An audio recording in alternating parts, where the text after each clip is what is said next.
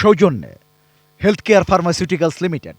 বিশ্ব ক্যান্সার দিবস 4 ফেব্রুয়ারি পৃথিবীর অন্যান্য দেশের মতো আমরাও পালন করছি। এখানে মূল প্রতিপাদ্য বিষয় হচ্ছে ক্লোজ দি কেয়ার গ্যাপ।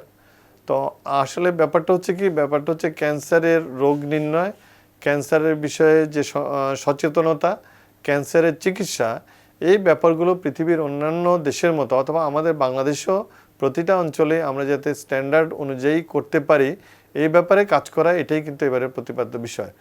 তো আমাদের বাংলাদেশে একটা জিনিস যে আমাদের অত্যন্ত দুঃখজনক হলেও সত্যি, এখন আমাদের চিকিৎসা ব্যবস্থা ঢাকার সহ বিভিন্ন শহর ভিত্তিক অবস্থায় আছে। আমরা গ্রামাঞ্চলে আমাদের চিকিৎসা সেবাকে এখনও, বিশেষ করে এইসব স্পেশালাইজড চিকিৎসাকে আমরা ছড়িয়ে দিতে পারি নাই।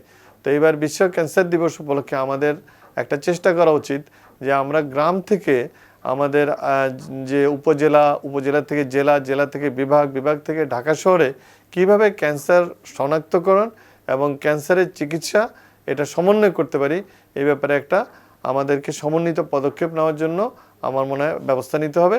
এবং তাতে করে আমরা এই যে ক্লোজ দি কেয়ার গ্যাপ, এই কেয়ারের গ্যাপটা আমরা কমাতে পারবো।